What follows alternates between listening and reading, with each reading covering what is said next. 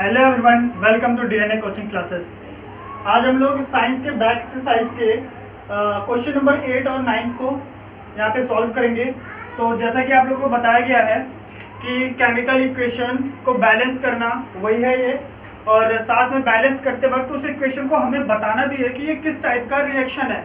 जैसा कि आपको ये बताना होगा कि ये कॉम्बिनेशन रिएक्शन है या डिकम्पोजिशन है या आपका डबल डिस्प्लेसमेंट यानी ऑक्सीडेशन, जो भी है वो किस टाइप का क्या है, रिएक्शन किस टाइप का है, और साथ में आपको बैलेंस भी करने हैं। और 9th क्वेश्चन आप लोगों को पढ़ना है, what is exothermic reactions and endothermic reaction, और उसमें आप लोगों को उसके एग्जाम्पल के साथ उसे बताना है। ठीक है, तो आइए सॉल्व करते हैं क्वेश्चन को। चलो देखते हैं क्वेश्चन नंबर 8 का फर्स्ट, पोटेशियम ब्रोमाइड। क्या है ये? Potassium bromide. और लिख लेते हैं, हमें बैलेंस करना है। पोटेशियम ब्रोमाइड और प्लस बेरियम आयोडाइड। क्या है ये? Barium iodide. आप लोग लिखते भी रहना, वैसे आपकी बुक में है, लिखा हुआ है, ठीक है, एक्सरसाइज में। और ये क्या है? Potassium iodide. क्या है? Potassium iodide. फिर बेरियम ब्रोमाइड।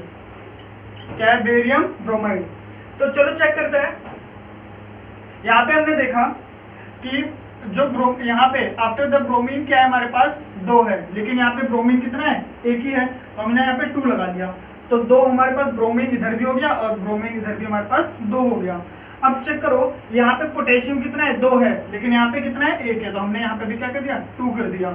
तो इस तरीके से हमारा ब्रोमीन है वो भी क्या हो गया? आफ्टर द रिएक्शन 2 है, और आफ्टर द रिएक्शन भी 2 है, और बिफोर द रिएक्शन भी क्या है? 2 है। और हम बात करें आयोडीन की, तो आयोडीन भी क्या है? यहाँ पे 2 है, और यहाँ पे कितना है? 2 है। और बात करें पोटेशियम की, तो ये भी 2 है, और आफ्टर द रिएक्शन भी क्या है? 2 है। तो इस तरीके से हम कह सकते हैं। और बेरियम को भी चेक कर लेते हैं। बेरियम भी क्या है? हमारा 1 है, और आफ्टर द रिएक्शन भी क्या है? 1 है। तो इस तरीके से हमारा ये जो इक्वेशन है ये क्या हो गया? बैलेंस भी हो गया। ठीक है, अब हमें बताना है ये जो बैलेंस इक्वेशन है, ये जो इक्वेशन है ये हमारा क्या है, किस टाइप का क्या है इक्वेशन है, मतलब रिएक्शन है। तो ध्यान से देखना, यहाँ पे हो क्या रहा है? पोटेशियम है और क्या है? ब्रोमीन है। ठीक है, यहाँ बेरियम है, यहाँ पे आयोडीन है। तो हुआ क्या, इन्होंने अपने आयनों को क्या किया? एक्सचेंज कर लिया। मैंने बताया था जब एक दूसरे के आयन क्या होंगे? एक्सचेंज हो जाएंगे, तो किस टाइप का रिएक्शन होगा आपको बताया गया था। यानी ये इसके साथ चला गया और ये ब्रोमीन बेरियम के साथ चला गया, तो ये कैसा रिएक्शन हो गया? Potassium iodide. ये क्या हो गया? Potassium iodide. ये इसके साथ मिलके, और ये क्या हो गया? Barium bromide. तो इस तरीके से हो गया double displacement reaction. Double displacement reaction. ठीक है, नोट कर लीजिए। आइए सेकंड पे चलते हैं। पहला हो गया, सेकंड पे आते हैं।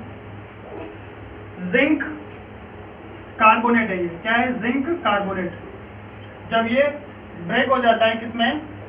जिंक ऑक्साइड में और कार्बन डाइऑक्साइड में। तो चलो चेक करते हैं क्या ये पूरी तरीके से बैलेंस है कि नहीं।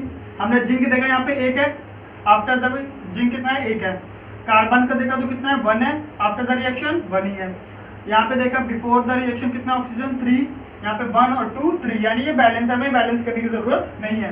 अब बताओ, ये मतलब जब कोई एक कंपाउंड 2 या 2 से अधिक कंपाउंड में क्या होता है? ब्रेक हो जाता है, तो ऐसे रिएक्शन को क्या बोलते हैं? Decomposition. Good, very good.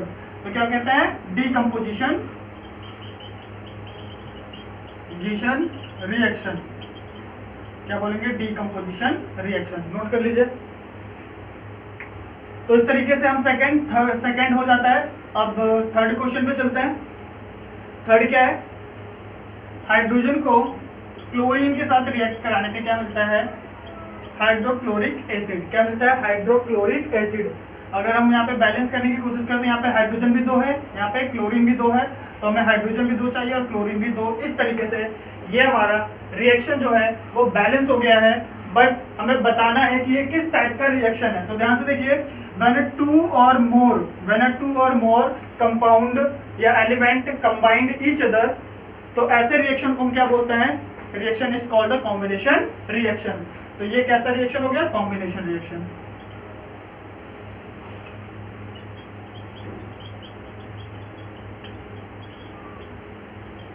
Combination reaction, ठीक है, नोट कर लीजिए। आइए फोर्थ पे आते हैं। Mg मैग्नीशियम जब HCl से रिएक्ट करेगा, आप लोगों को बताया गया जब भी कोई मेटल जब एसिड से रिएक्ट करता है तो कौन सी गैस निकलती है? मतलब कौन सी गैस निकलती है? Hydrogen gas. याद रखना इस चीज को हमेशा, कोई भी मेटल हो। तो इसे बैलेंस करते हैं। यहाँ पे हमने देखा Mg कितना है? 1 है, आफ्टर द रिएक्शन 1 ही है। H देखा कितना है? यहाँ पे 1 है, यहाँ पे देखा कितना है? 2 है, और क्लोरीन यहाँ पे देखा हमने 1 है, यहाँ पे कितना है? 2 है। तो एक काम करते हैं, यहाँ पे 2 यूज करते हैं, तो जिससे क्या हो जाएगा कि फोर्थ द रिएक्शन भी हमारा H भी 2 हो जाएगा और Cl भी क्या हो जाएगा? 2 हो जाएगा। तो 1 1 2 2 इस तरीके से हमारा इक्वेशन क्या हो गया? बैलेंस हो गया, ठीक है। तो अब हमें बताना है ये कौन सा रिएक्शन है। तो ध्यान से देखिए, Mg जो है उसने क्या किया? Cl के साथ कंबाइन हो गया और H क्या हो गया? H क्या हो गया? रिमूव हो गया उसके साथ, यानी वो क्या हो गया? रिमूव हो गया। तो ऐसा रिएक्शन जहां पे ऐसा होता क्यों है? क्योंकि ये जो हमारा मैग्नीशियम होता है ये हाइड्रोजन से ज्यादा रिएक्टिव होता है। तो जब ये डिस्प्लेस करता है किसी को, है ना, तो इस तरीके से जब मेटल किसी को दूसरे मेटल या किसी को एलिमेंट को डिस्प्लेस करते हैं तो ऐसे रिएक्शन को क्या बोलते हैं? Displacement reaction. तो कैसा रिएक्शन है? Displacement reaction.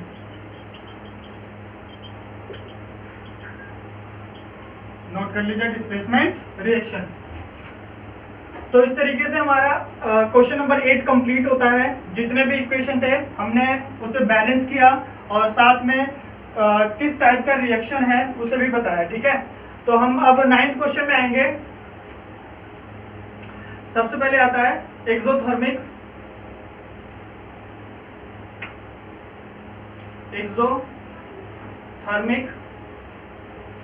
रिएक्शन, जिसे हम बोलते हैं ऊष्मा क्षेपी अभिक्रिया,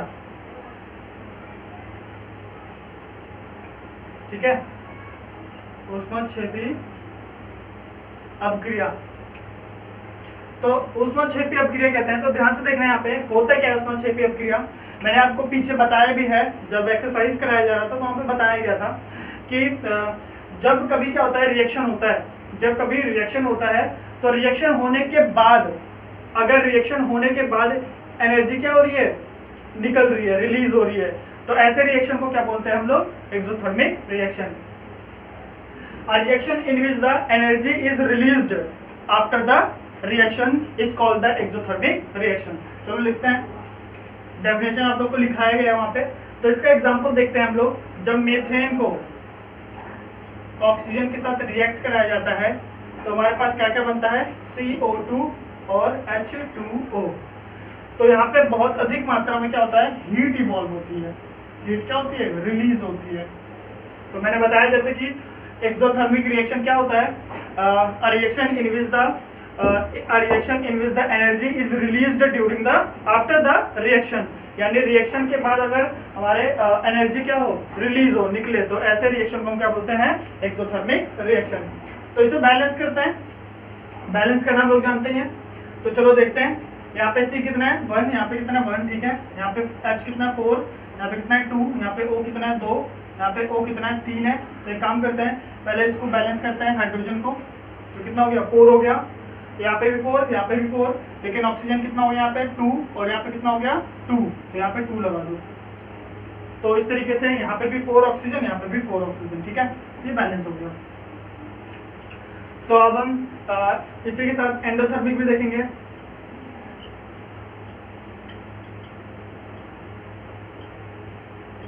जिसे ऊष्मा शोषी कहते हैं।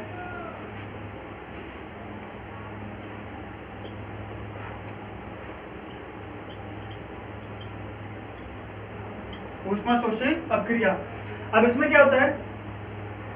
जब ये रिएक्शन होता है तो रिएक्शन होने से पहले क्या करता है? सराउंडिंग से, अपने चारों तरफ से एनर्जी को क्या करता है? एब्जॉर्ब करता है। A reaction in which the energy is absorbed around the, मतलब energy is around to their surrounding, यानी वो अपने सराउंडिंग से क्या करता है, एनर्जी को एब्जॉर्ब करता है, तो या उसे रिएक्शन को क्या करता है, कूल कर देता है। तो ऐसे रिएक्शन को हम क्या बोलेंगे, एंडोथर्मिक रिएक्शन। यहाँ पे रिएक्शन क्या होती थी, हीट निकलती थी, यहाँ पे ऊष्मा बढ़ती थी, और यहाँ पे ऊष्मा क्या, मतलब यहाँ पे हीट क्या होती थी, बढ़ती थी, यहाँ पे घटती थी, ठीक है, तो कूल कर देता है। तो ऐसा एक एग्जाम्पल देखते हैं इसमें, कैल्शियम कार्बोनेट अपने सराउंडिंग से एनर्जी लेगा और क्या बनाएगा, कैल्शियम ऑक्साइड और CO2, ठीक है। ये पूरी तरीके से क्या है, बैलेंस है। तो इस तरीके से आप लोगों को 9th क्वेश्चन में एक्सोथर्मिक और एंडोथर्मिक, जो कि आप लोगों को पहले इसका डेफिनेशन बताया भी जा चुका है, मैंने फिर से बता दिया और एग्जांपल के साथ बता दिया। तो आज के लिए इतना ही। तो प्लीज़ चैनल को लाइक कीजिए, सब्सक्राइब कीजिए और शेयर कीजिए। Thank you.